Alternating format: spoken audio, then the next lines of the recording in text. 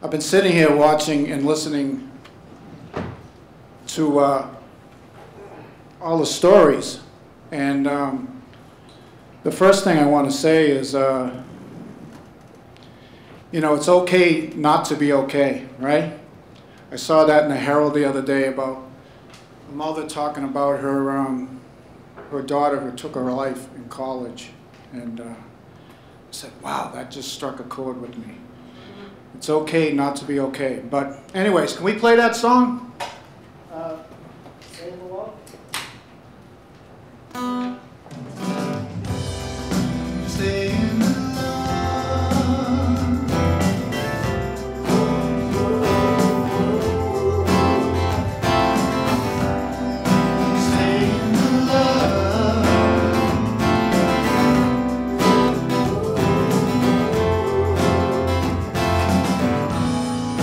body and soul, feeling so raw and all alone.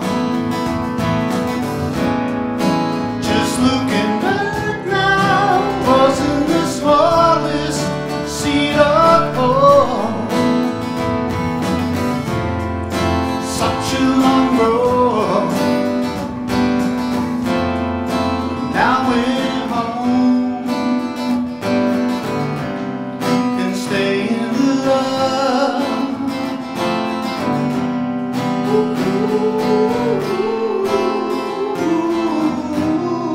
Stay in the love.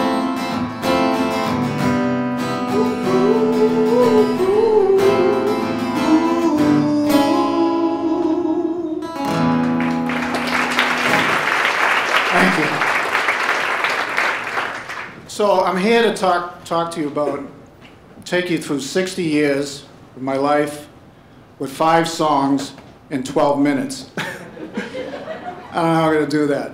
And I have a script here, but you know what?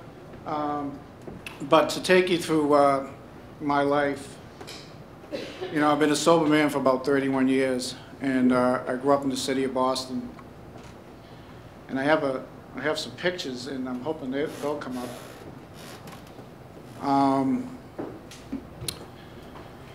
You know, and I discovered early on that, you know, I was a pretty normal kid growing up. If you could go back one, that'd be great. There I am. Look at that baby. Superhero from this morning, right?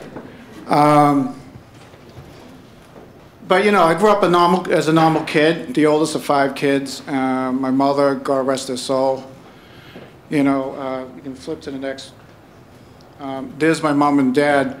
I think that was their last dance. I was 12 years old, and they were to split up. And then there's a picture of me graduating from junior high school, and then I went on to South Boston High School.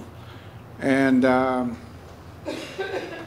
you know, when I get up there, I was drinking and drugging by then, and smoking a lot of weed and playing basketball. But I always kept sports and music close to me. They were the 2 things that kind of kept me together through my own illness. And I discovered, too, I had anxiety and depression. I think I was self-medicating at a young age.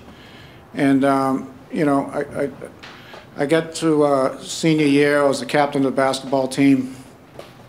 And, you know, I didn't graduate from high school. I didn't have enough points to graduate from high school.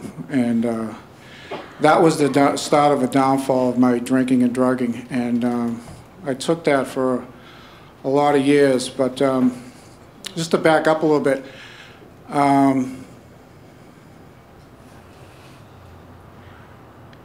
you know, music and sports, like I said, kept me together. And you know, I didn't graduate from high school, and that was a bad time. It was a sad time for me. You could see I was shooting some hoops there, and there I am at 17, long red hair, getting ready to go out and smoke some weed. You know, it was kind of a dark time in my life. In the late 60s, early 70s. You You know, my drinking, drugging took me to places I didn't ever think I'd be.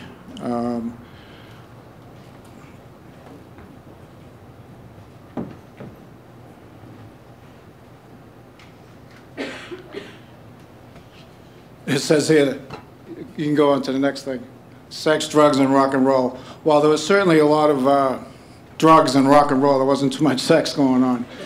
But, you know, I had many attempts to stop drinking.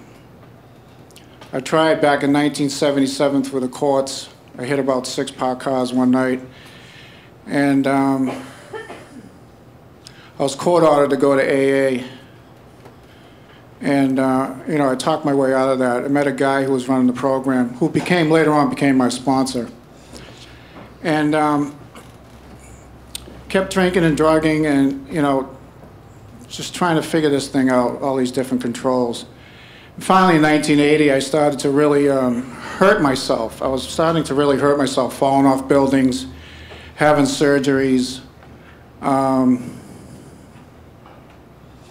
You know, went back to AA and tried to go to meetings. I'd go to meetings, but I'd still be smoking weed, the marijuana maintenance program.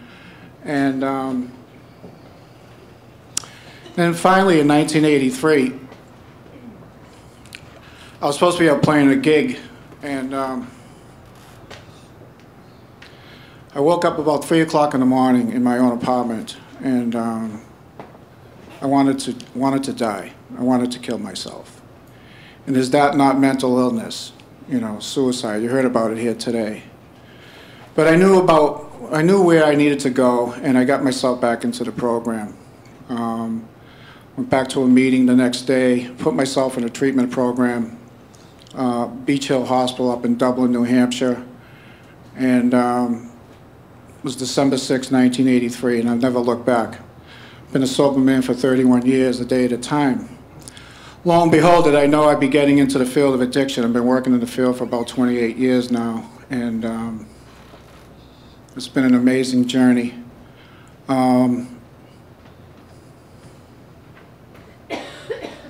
You know, it's strange. I've been on the stage many times playing songs and being in a 5-piece band and playing music, and I've been in front of podiums and telling my story, but I've never done this. This is the first time doing this, and it's something else. But if you can go on to the next slide, please. So there I am in my drinking years, as I said, you know, on the left side, belly out, red hair, playing music. There's my mom. I was really heavy set. You know, I was just really getting in a bad place, physically, mentally, and spiritually. Crazy redhead. I used to be a redhead, and loved to dance and sing, but you know, alcoholism and mental illness took over and started to really ruin my life. Next slide, please. So I was 3 months sober, and I'm in the Quiet Man pub in Southie, and I'm pacing the floor, and I don't know what to do. It's like March, and I said, I think I'll take a ride down the Cape. But something said, why don't you call your sponsor? And so I called my sponsor and I said, hey, Curdy. This is the guy I met in 1977. Now, this is 83, right? He says, hey, Danny, what are you doing? I said, well, I'm thinking about taking a ride down the Cape. He says, it's March. What's down the Cape? I said, I don't know. He says, well, where are you? I said, I'm at the Quiet Man pub.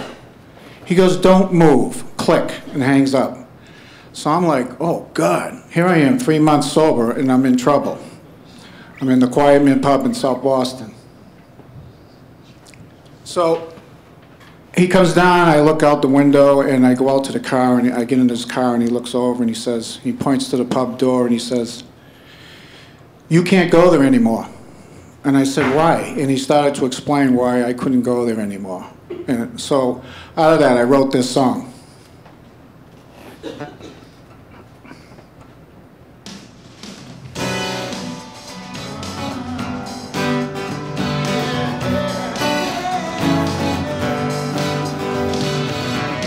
Quiet man, pacing the floor, chasing lights looking for more. Someone whispered, make the call before you take the fall. What I must hear is loud and clear. Oh yeah. What I must hear, have no fear. And so I wrote that song 2 years after I wrote the first one, Stay in the Love. And so, you know, I've gotten into this music thing now, back into music, because there was a number of years where,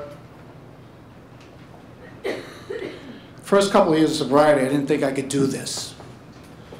And I used to get asked to sing at weddings and things like that. And so I get up and do a song, and I say, geez, that felt pretty good. I think I could do this. And so 7 years later, after 7 years of sobriety, I got back into a band, and I had a 5-piece band for a number of years, and had a good time with that. And it lasted about 7 years, but then I started getting tired, because now I was married. I have 2 kids that are now 19 and 20. And I just needed to take a break. So a number of years go by, and I said to my wife, geez, I'm really missing my music. And she says, I said, you know, I'd really like to get back into it. She goes, no. She went like this to me. What do you think, you're Wayne Newton? I said, what? And so I said, well, what about recording? She goes, yeah, you can do that as long as you're home by 11 o'clock. And so, and that's what I did. So I wrote my first song in 2010 titled Stay in the Love. It was about women struggling and finding their way. You heard some of it today. And then I wrote my second song 2 years later, which was You Can't Go There Anymore. And I just finished my third song titled Valhalla. And it's about fallen heroes. And it's kind of funny because here it is, Memorial Day coming up. And it made me think today, you know, how much we really need peace and love in the world. And I did this in memory of all the fallen heroes, titled Valhalla. And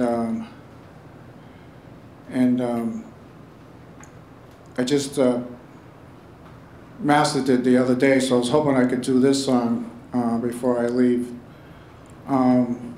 So with that said, you know, I guess the message today, because things have been broken up a little bit, you can go on to the next slide, thanks. You know, I've hit the reset button, as they say. It's the new buzzword. My life is good today, you know, being married for 24 years.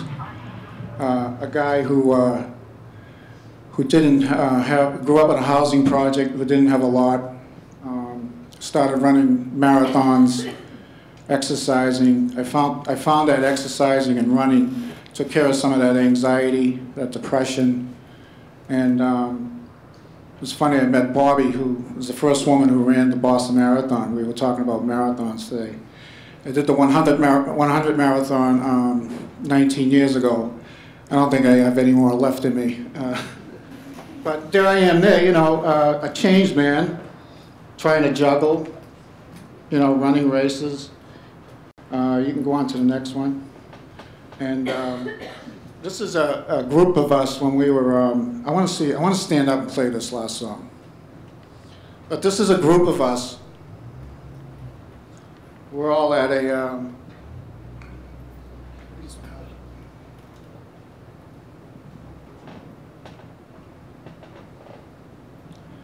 that's at a retreat down in Duxbury. So I wrote this song in memory of fallen heroes, and it just so happens to be Memorial Day weekend, so I want to honor those who have fallen, and this song goes like this.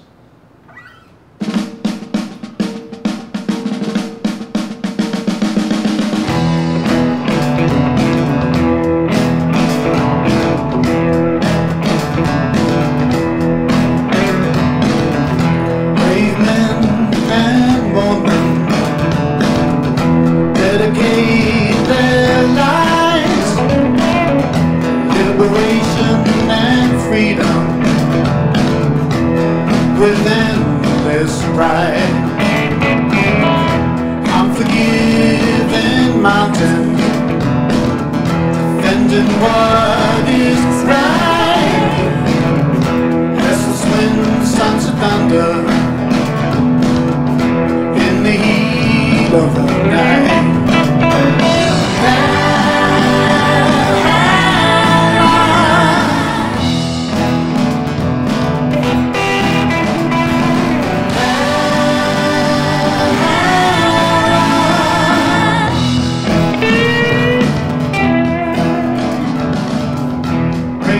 Our sons and daughters who have paid the price.